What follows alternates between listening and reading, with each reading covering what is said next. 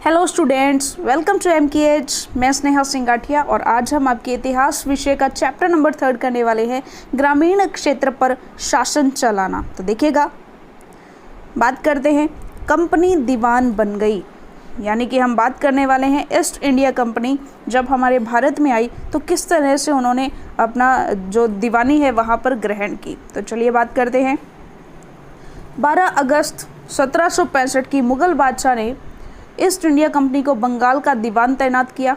इस बात की पूरी संभावना है कि यह घटना मुट्ठी भर अंग्रेजों और हिंदुस्तानियों की मौजूदगी में रॉबर्ट क्लाइव के तंबू में घटी होगी, लेकिन ऊपर दिए गए चित्र में इस घटना को एक भव्य समारोह के रूप में दिखाया गया है। देखिएगा यहाँ पर कि एक बहुत भव्य समारोह जैसे हुआ था, लेकिन ऐसा कुछ भी नहीं हुआ था। चलिए बात करते हैं। यह चित्र उस चित्रकार ने बनाया है जिसे रॉबर्ट क्लाइव ने अपने जीवन की यादगार घटनाओं को चित्रित करने का जिम्मा सौंपा था।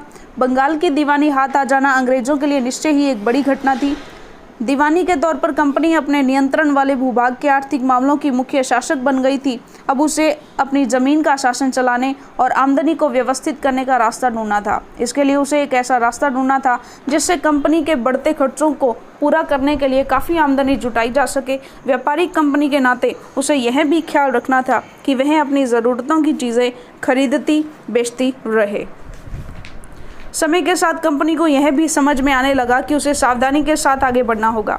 बाहरी ताकत होने की वजह से उसे उन लोगों को भी शांत रखना था जो गांव देहात में पहले शासन चला चुके थे, जिनके पास अभी भी काफ़ी ताकत और सम्मान था। ऐसे जो लोग स्थानीय सत्ता में रह चुके थे उन्हें नियंत्रित करना तो ज़रूरी था, लेकिन उन्हें ख़त्म नहीं किया जा सकता था। यह काम कैसे हो, इस अध्याय में हम देखेंगे कि कंपनी ने ग्रामीण इलाकों को उपनिवेश कैसे बनाया, आय के संसाधन कैसे जुटाई और लोगों के अधिकार किस तरह तय किए और मन माफिक फसलों की खेती कैसे कराई। तो देखिए, ये बिल्कुल स्टार्टिंग है जहां से अंग्रेजों का राज भारत में होना शुरू हुआ था।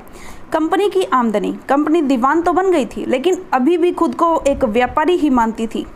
कंपनी भारी भरकम लगान तो चाहती थी, लेकिन उसे आंकलन और वसूली की कोई नियमित व्यवस्था करने में हिचकिचा रही थी। उसकी कोशिश यही थी कि वह ज़्यादा से ज़्यादा राजस्व हासिल करे और कम से कम कीमत पर बढ़िया सूती और रेशमी कपड़ा खरीदे।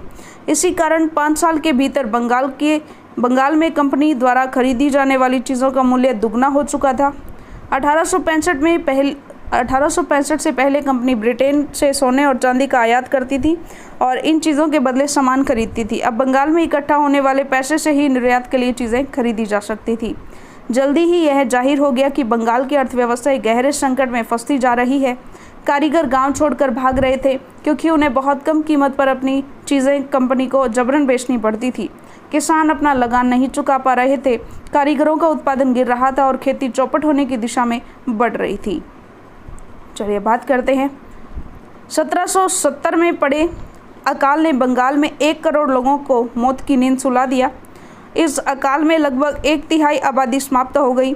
खेती में सुधार की ज़रूरत। देखिएगा, अगर अर्थव्यवस्था संकट में थी तो क्या कंपनी अपनी राजस्व आय के बारे में आश्वस्त रह सकती थी? कंपनी के ज़्यादातर अफसरों को यह लगने लगा था कि ज़मीन में निवेश करना और खेती में सुधार लाना ज़रूरी है। यह काम किस तरह किया जा सकता था, इस सवाल पर 2 दशकों तक बहस चली। आखिरकार कंपनी ने 1793 में स्थायी बंदोबस्त लागू किया। इस बंदोबस्त की शर्तों के हिसाब से राजाओं और तालुकदारों को जमींदारों के रूप में मान्यता दी गई। उन्हें किसानों से लगान वसूलने और कंपनी को राजस्व चुकाने का जिम्मा सौंपा गया। उनकी ओर से चुकाई जाने वाली राशि स्थायी रूप से तय कर दी गई थी। इसका मतलब यह था कि भविष्य में कभी भी इसमें इजाफा नहीं किया जाना था। अंग्रेजों को लगता था कि इससे उन्हें नियमित रूप से राजस्व मिलता रहेगा और जमींदारों को ज़मीन में सुधार के लिए खर्च करने का प्रोत्साहन मिलेगा। उन्हें लगता था कि क्योंकि राज्य की ओर से राजस्व की मांग बढ़ने वाली नहीं थी, इसलिए जमींदार बढ़ते उत्पादन से फायदे में रहेंगे। समस्या, मगर स्थायी बंदोबस्त ने भी समस्या पैदा कर दी। कंपनी के अफसरों ने पाया कि अभी जमींदार जमीन में सुधार के लिए खर्चा नहीं कर रहे थे। असल में कंपनी ने जो राजस्व तय किया था वह इतना ज़्यादा था कि उसको चुकाने में जमींदारों को भारी परेशानी हो रही थी। जो जमींदार राजस्व चुकाने में विफल हो जाता था उसकी जमींदारी छीन ली जाती थी। बहुत सारी जमींदारियों को कंपनी बाकायदा नीलाम कर चुकी थी। 19वीं सदी के पहले दशक तक हालात बदल चुके थे। बाजार में कीमतें बढ़ी और धीरे धीरे खेती का विस्तार होने लगा। इससे जमींदारों की आमदनी में तो सुधार आया, लेकिन कंपनी को कोई फ़ायदा नहीं हुआ क्योंकि कंपनी तो हमेशा के लिए राजस्व तय कर चुकी थी। अब वह राजस्व में वृद्धि नहीं कर सकती थी, लेकिन जमींदारों को अभी भी जमीन की बेहतरी में कोई दिलचस्पी नहीं थी। उनमें से कुछ तो बंदोबस्त के शुरुआती सालों में ही अपनी ज़मीन गंवा चुके थे। जो बचे रह गए थे उन्हें भी बिना परेशानी और निवेश का खतरा उठाए आमदनी की उम्मीद दिखाई दे रही थी। जब तक जमींदार किसानों को ज़मीन देकर उससे लगान वसूल सकते थे, उन्हें ज़मीन में सुधार की परवाह नहीं थी। दूसरी तरफ गांव में किसानों को यह व्यवस्था बहुत दमनकारी दिखाई दी। किसान को जो लगान चुकाना था वह बहुत ज़्यादा था और ज़मीन पर उसका अधिकार सुरक्षित नहीं था। लगान चुकाने के लिए अक्सर महाजन से कर्ज लेना पड़ता था। अगर वह लगान नहीं चुका पाता तो उसे पुश्तैनी ज़मीन से बेदखल कर दिया जाता था।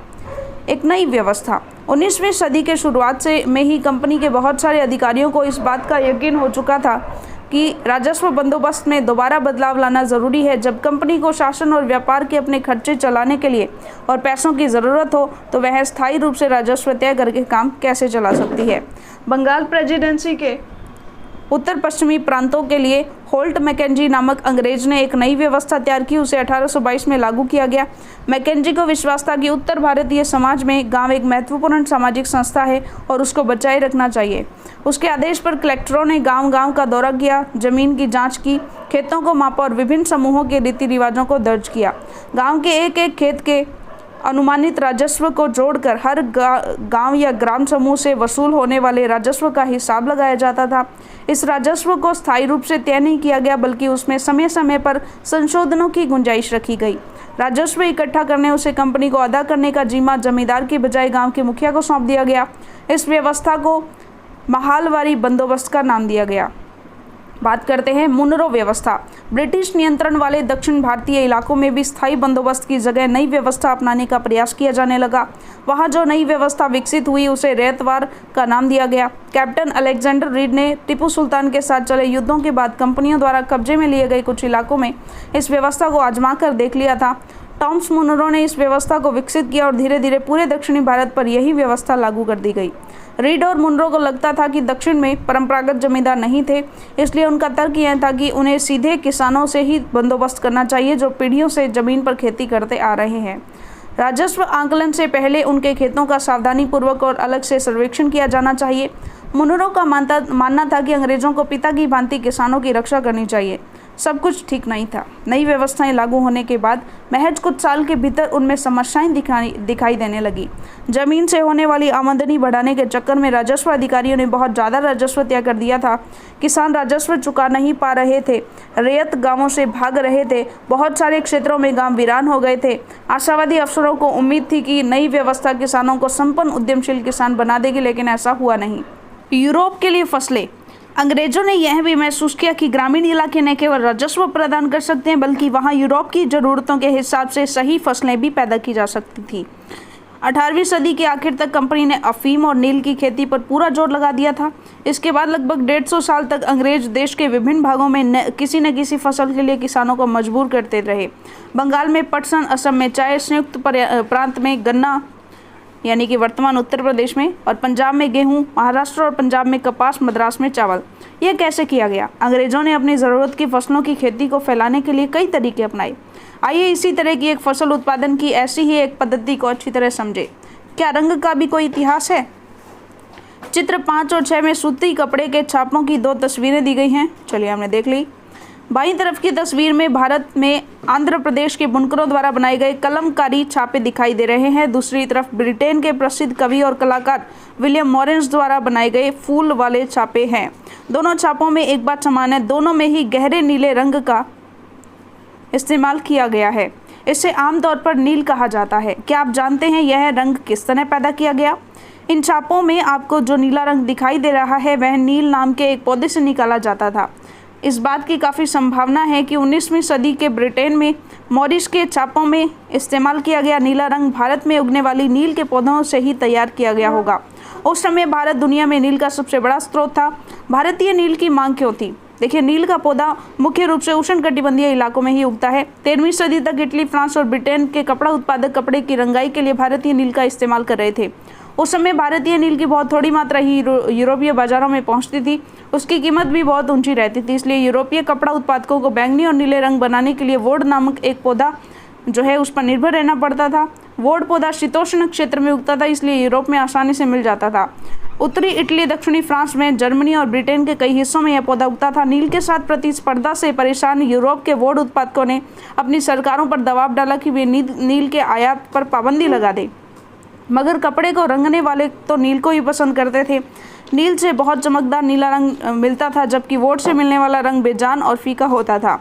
17वीं सदी तक आते आते यूरोपीय कपड़ा उत्पादकों ने नील के आयात पर लगी पाबंदी में ढील देने के लिए अपनी सरकारों को राजी कर लिया। कैरेबियाई द्वीप समूह स्थित सेंट डोमिंगो में फ्रांसीसी, ब्राज़ील में पुर्तगाली, जमैका में ब्रिटिश और वेनेजुएला में स्पेनिश लोग नील की खेती करने लगे। उत्तरी अमेरिका के भी बहुत सारे भागों में नील के बागान सामने आ गए थे। 18वीं शताब्दी के आखिर तक भारतीय नील की मांग और बढ़ गई। ब्रिटेन में औद्योगिकीकरण का युग शुरू हो चुका था और उसके कपास उत्पादन में भारी इजाफा हुआ। अब कपड़ों की रंगाई की मांग और तेजी से बढ़ने लगी। जब नील की मांग बढ़ी, उसी दौरान वेस्ट इंडीज़ और अमेरिका में मिलने वाली आपूर्ति अनेक कारणों से बंद हो गई। 1783 से 1789 के बीच दुनिया का नील उत्पादन आधा रह गया था। ब्रिटेन के रंगरेज अब नील की आपूर्ति के लिए बेचैनी से किसी और स्रोत की तलाश कर रहे थे। यह नील कहाँ से मिल सकता था? तो भारत में ब्रिटेन की बढ़ती दिलचस्पी। यूरोप में नील की बढ़ती मांग को देखते हुए ईस्ट इंडिया कंपनी भी भारत में नील की खेती बढ़ाने के रास्ते ढूंढने लगी। 18वीं सदी के आखिरी दशकों में ही बंगाल में नील की खेती तेजी से फैलने लगी थी। बंगाल में पैदा होने वाला नील दुनिया के बाजारों पर छा गया था। 1788 में ब्रिटेन द्वारा आयात की गई नील में भारतीय नील का हिस्सा केवल लगभग 30% था।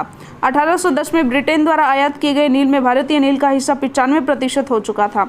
जैसे जैसे नील का व्यापार फैला, कंपनी के अफसर और व्यावसायिक एजेंट नील के उत्पादन में पैसा लगाने लगे। समय बीतने के साथ कंपनी के बहुत सारे अधिकारियों ने नील के अपने कारोबार पर ध्यान देने के लिए अपनी नौकरियां छोड़ दी। भारी मुनाफे की उम्मीद में स्कॉटलैंड और इंग्लैंड के बहुत सारे लोग भारत आए और उन्होंने नील के बागान लगा लिए। जिनके पास नील की पैदावार के लिए पैसा नहीं था, उन्हें कंपनी और नए नए बैंक कर्जा देने को तैयार रहते थे। नील की खेती कैसे होती थी? नील की खेती मुख्यतः दो तरीके से थी, निज और रियायती। निज खेती की व्यवस्था में बागान मालिक खुद अपनी ज़मीन में नील का उत्पादन करते थे, तो वह ज़मीन खरीद लेते थे या दूसरे जमींदारों से ज़मीन भाड़े पर ले लेते थे और मजदूरों को काम पर लगाकर जो है नील की खेती करवाते थे। निज खेती की समस्याएं। बागान मालिकों को निज खेती का क्षेत्रफल फैलाने में मुश्किल आ रही थी। नील की खेती केवल उपजाऊ जमीन पर की जा सकती थी। ऐसी जमीनों पर आबादी पहले से बहुत ज़्यादा थी। यहाँ वहाँ छोटे मोटे खेत ही उनके हाथ लग पाते थे। नील की खेती करने के लिए उन्हें बड़े बड़े भूखंडों की ज़रूरत थी। इस तरह की ज़मीनें उन्हें कहाँ से मिल सकती थी? उन्होंने नील की फैक्ट्री के इर्द गिर्द पट्टे पर ज़मीन लेने के प्रयास किए, पर वहाँ के किसानों को हटवा दिया और वहाँ के किसानों को हटा दिया। इससे टकराव और तनाव पैदा हो जाता था। मजदूरों का इंतजाम करना भी आसान नहीं था। बड़े बागान के लिए बहुत सारे मजदूरों की ज़रूरत होती थी। मजदूरों की ज़रूरत भी सबसे ज़्यादा उसी समय होती थी जब किसान धान की खेती में व्यस्त रहते थे। बड़े पैमाने पर निज खेती के लिए बहुत सारे हल बैलों की भी ज़रूरत थी। 1 बीघा नील की खेती के लिए 2 हल चाहिए होता था। इसका मतलब यह था कि अगर किसी बागान मालिक के पास 1000 बीघा ज़मीन है तो उसके पास 2000 हलों की ज़रूरत पड़ती। हलों को खरीदना और उनका रखरखाव एक बड़ी समस्या थी। किसानों से भी हल नहीं मिल सकते थे, उन्हें अपने लिए ही इन चीज़ों की ज़रूरत होती थी। जिस समय नील उत्पादकों की ज़रूरत होती थी, उस समय किसानों के हल बैल भी चावल के खेतों में व्यस्त रहते थे। 19वीं सदी के आखिर तक बागान मालिक निज खेती का क्षेत्रफल फैलाने में हिचकिचाते थे। इस व्यवस्था के तहत नील की पैदावार वाली 25% से भी कम जमीन आती थी। बाकी जमीन रैयती व्यवस्था के अंतर्गत थी। रैयतों की जमीन पर नील की खेती। रैयती व्यवस्था के तहत बागान मालिक रैयतों के साथ एक अनुबंध सट्टा करते थे। कई बार वे गांव के मुखियाओं को भी रैयतों की तरफ से समझौता करने के लिए बाध्य कर देते थे। जो अनुबंध पर दस्तखत कर देते थे, उन्हें नील उगाने के लिए कम ब्याज पर बागान मालिकों से नगद कर्जा मिल जाता था। कर्जा लेने वाले रैयत को अपनी कम से कम 25% जमीन पर नील की खेती करनी होती थी। बागान मालिक बीज और उपकरण मुहैया कराते थे, जबकि मिट्टी को तैयार करने, बीज बोने और फसल की देखभाल करने का जिम्मा काश्तकारों के ऊपर रहता था। जब कटाई के बाद फसल बागान मालिक को सौंप दी जाती थी तो रैयत को नया कर्जा मिल जाता था और वही चक्र जो है वो दोबारा चल पड़ता था। आगे बात करते हैं। नील गांव आमतौर पर बागान मालिकों की फैक्ट्रियों के आसपास ही होते थे। यहाँ पर बताया गया है कि नील का उत्पादन कैसे होता था। चलिए, कटाई के बाद नील के पौधों को कारखाने में स्थित वैट्स यानी हौद में पहुंचा दिया जाता था। रंग बनाने के लिए 3 या 4 कुंडों की ज़रूरत पड़ती थी। प्रत्येक हौद का अलग काम था। नील के पौधे से पत्तियों को तोड़कर पहले एक कुंड में गर्म पानी में कई घंटों तक डुबाया जाता था और जब पौधे किण्वित हो जाते थे तो द्रव्य में बुलबुले उठने लगते थे। अब सड़ी हुई पत्तियों को निकाल दिया जाता था और द्रव्य को एक और हौद में छान दिया जाता था। दूसरा हौद पहले हौद के ठीक नीचे होता था। दूसरे हौद में इस घोल को लगातार हिलाया जाता था और पैडलों से खंगाला जाता था। जब यह द्रव्य हरा और उसके बाद नीला हो जाता था तो हौद में चूने का पानी डाला जाता था। धीरे धीरे नील की पपड़ियाँ नीचे जम जाती थी और ऊपर साफ द्रव्य निकल आता था। द्रव्य को छानकर अलग कर लिया जाता था और नीचे जमी नील की गाद, नील की लुगदी को दूसरे कुंड में डाल दिया जाता था। इसके बाद उसे निचोड़कर बिक्री के लिए सुखा दिया जाता था। तो फिर चित्र 13 देखिएगा और चित्र 12, 11, 12, 13, 10 ये सभी चित्र दिखाए गए हैं आगे। चलिए, तो ये क्या है, नील की बिक्री के लिए जो है ये तैयार है। जो किसान पहले इन कर्जों से बहुत आकर्षित थे उन्हें जल्दी ही समझ में आ गया कि यह व्यवस्था कितनी कठोर है। उन्हें नील की जो कीमत मिलती थी वह बहुत कम थी और कर्जों का सिलसिला कभी ख़त्म ही नहीं होता था। समस्याएं और भी थी। बागान मालिक चाहते थे कि किसान अपने सबसे बढ़िया खेतों में ही नील की खेती करे, लेकिन नील के साथ परेशानी यह थी कि उसकी जड़ें बहुत गहरी होती थी और वह मिट्टी की सारी ताकत खींच लेती थी। नील की कटाई के बाद वहाँ धान की खेती नहीं की जा सकती थी। नील विद्रोह और उसके बाद तो देखिएगा, मार्च 1859 में बंगाल के हजारों रेयतों ने नील की खेती से इनकार कर दिया। जैसे जैसे विद्रोह फैला, रेयतों ने बागान मालिकों को लगान चुकाने से भी इनकार कर दिया। वे तलवार, भाले और तीर कमान लेकर नील की फैक्ट्रियों पर हमला करने लगे। औरतें अपने बर्तन को लेकर लड़ाई में कूद पड़ी। बागान मालिकों के लिए काम करने वालों का सामाजिक बहिष्कार कर दिया गया। बागान मालिकों की तरफ से लगान वसूली के लिए आने वाले गुमाश्ता एजेंटों की पिटाई की गई। रेयतों ने कसम खा ली कि वे न तो वे नील की खेती के लिए कर्जा लेंगे और न ही बागान मालिकों के लाठीदारों गुंडों से डरेंगे। नील के किसान चुप बैठने को तैयार नहीं थे। क्यों? उन्हें बगावत की ताकत कहाँ से मिली? इसमें कोई शक नहीं कि नील की खेती अत्यंत दमनात्मक थी, लेकिन जो लोग दबे होते थे वे हमेशा बगावत नहीं करते। ऐसा कभी कभी ही होता है। 1859 में नील रेयतों को लगा कि बागान मालिकों के खिलाफ बगावत में उन्हें स्थानीय जमींदारों और मुखियाओं का भी समर्थन मिल सकता है। बहुत सारे गांवों में जिन मुखियाओं से नील के अनुबंधों पर जबरन दस्तखत कराए गए थे, उन्होंने भी नील किसानों को इकट्ठा किया और लठियालों के साथ आमने सामने की लड़ाई लड़ी। कई स्थानों पर रेयतों को बगावत के लिए उकसाते हुए खुद जमींदार गांव गांव घूमने लगे। जमींदार इस बात से परेशान थे कि बागान मालिकों की ताकत बढ़ती जा रही थी और बागान मालिक जबरन लंबे समय के लिए उनसे जमीन ले लेते थे। नील के किसानों को यह भी लग रहा था कि अंग्रेजी सरकार भी संघर्ष में उनका साथ देगी। 1857 की बगावत के बाद ब्रिटिश सरकार एक और व्यापक विद्रोह के खतरे से डरी हुई थी। जब नील की खेती वाले जिलों में एक और बगावत की खबर फैली तो लेफ्टिनेंट गवर्नर ने 1859 की सर्दियों में इलाके का दौरा किया। रेयतों को लगा कि सरकार उनकी दुर्दशा से परेशान है। बरसात में मजिस्ट्रेट एशले इंडन ने एक नोटिस जारी किया जिसमें कहा गया कि रेयतों को नील के अनुबंध मानने के लिए मजबूर नहीं किया जाएगा। इस नोटिस के आधार पर लोगों में यह खबर फैल गई कि रानी विक्टोरिया ने नील की खेती न करने का हुक्म दे दिया है। इंडन किसानों को शांत करने और विस्फोटक स्थितियों को नियंत्रित करने की कोशिश कर रहे थे। इसकी कार्यवाही को किसानों ने अपने विद्रोह का समर्थन मान लिया। जैसे जैसे विद्रोह फैला, कलकत्ता के पढ़े लिखे लोग भी नील जिलों की ओर चल पड़े। उन्होंने रेयतों की दुर्दशा, बागान मालिकों की जोर जबरदस्ती और अत्याचारी नील व्यवस्था के बारे में लिखा। इस बगावत से परेशान सरकार को बागान मालिकों की रक्षा के लिए सेना बुलानी पड़ी। नील उत्पादन व्यवस्था की जांच करने के लिए एक नील आयोग भी बना दिया गया। इस आयोग ने बागान मालिकों को दोषी पाया, जोर जबरदस्ती के लिए उनकी आलोचना की। आयोग ने कहा कि नील की खेती रेयतों के लिए फायदे का सौदा नहीं है। आयोग ने रेयतों से कहा कि वे मौजूदा अनुबंधों को पूरा करें, लेकिन आगे से वे चाहे तो नील की खेती बंद कर सकते हैं। इस बगावत के बाद बागानों में नील का उत्पादन धराशायी हो गया। इसके बाद बागान मालिक विहार पर ध्यान देने लगे। 19वीं सदी के आखिर में कृत्रिम रंगों का निर्माण होने लगा था। इससे उनका व्यवसाय भी बुरी तरह प्रभावित हुआ। फिर भी वे उत्पादन फैलाने में सफल रहे। जब महात्मा गांधी दक्षिण अफ्रीका से लौटे तो बिहार के एक किसान ने उन्हें चंपारण आकर नील किसानों की दुर्दशा को देखने का न्योता दिया। 1917 में महात्मा गांधी का यह दौरा नील बागान मालिकों के खिलाफ चंपारण आंदोलन की शुरुआत थी। और इसके बाद अन्यंत्र इन्फॉर्मेशन भी दी गई है, ये भी आप पढ़ सकते हैं। चलिए, इसके बाद इसके प्रश्नोत्तर हैं, तो चलिए प्रश्नोत्तर जो है वो पीडीएफ के माध्यम से देख लेते हैं। चलिए, इसके प्रश्नोत्तर जो है वो देख लेते हैं। निम्नलिखित के जोड़े बनाए। तो रेयत किसान थे, महाल ग्राम समूह था, निज बागान मालिकों को अपनी ज़मीन पर खेती जो होती थी, रेयतों की ज़मीन पर खेती। आगे देखिएगा, रिक्त स्थान भरे। यूरोप में वोड उत्पादकों को डैश से अपनी आमदनी में गिरावट का खतरा दिखाई देता था, तो नील से। और 18वीं सदी के आखिर में ब्रिटेन में नील की मांग डैश के कारण बढ़ने लगी, तो औद्योगिकीकरण के कारण। और डैश की खोज में नील की अंतर्राष्ट्रीय मांग पर बुरा असर पड़ा, तो कृत्रिम रंग की खोज में। चंपारण आंदोलन नील बागान मालिकों के खिलाफ था। चलिए बात करते हैं स्थायी बंदोबस्त के मुख्य पहलुओं का वर्णन कीजिए। तो देखिएगा, राजाओं और तालुकदारों को जमींदारों के रूप में मान्यता दी गई थी। इसमें किसानों से लगान वसूलने और कंपनी राजस्व चुकाने का जिम्मा उन्हें सौंपा गया था। उनकी ओर से चुकाई जाने वाली राशि स्थायी रूप से तय कर दी गई थी। जमीन में निवेश करना और खेती के लिए अंग्रेजों ने कानून बनाया। महालवारी व्यवस्था स्थायी बंदोबस्त के मुकाबले कैसे अलग थी? तो देखिए, राजस्व इकट्ठा करने और उसे कंपनी को अदा करने का जिम्मा जमींदार की बजाय गांव के मुखिया को सौंप दिया गया। इस व्यवस्था को महालवारी बंदोबस्त का नाम दिया गया। राजस्व निर्धारण की नई मुनरो व्यवस्था के कारण पैदा हुई दो समस्याएं लिखिए। तो राजस्व निर्धारण की नई मुनरो व्यवस्था के कारण जो समस्याएं पैदा हुई, रैयतों से यह आशा की गई कि वे भूमि सुधार का प्रयास करेंगे, किंतु उन्होंने ऐसा कुछ नहीं किया। राजस्व अधिकारियों ने भू राजस्व की दर काफी ऊंची रखी थी। रैयत इतना अधिक भू राजस्व देने की स्थिति में नहीं थे। रैयत नील की खेती से क्यों कतरा रहे थे? क्योंकि उन्हें नील की खेती के लिए अग्रिम कर्ज दिया जाता था। फसल काटने पर उन्हें बहुत कम कीमतों पर फसलों को बेचने के लिए मजबूर किया जाता था। उन्हें अपनी जमीन के एक निश्चित हिस्से पर ही खेती करनी पड़ती थी। अतः दूसरी तरफ से उनके पास जमीन का एक छोटा सा हिस्सा ही बचता था।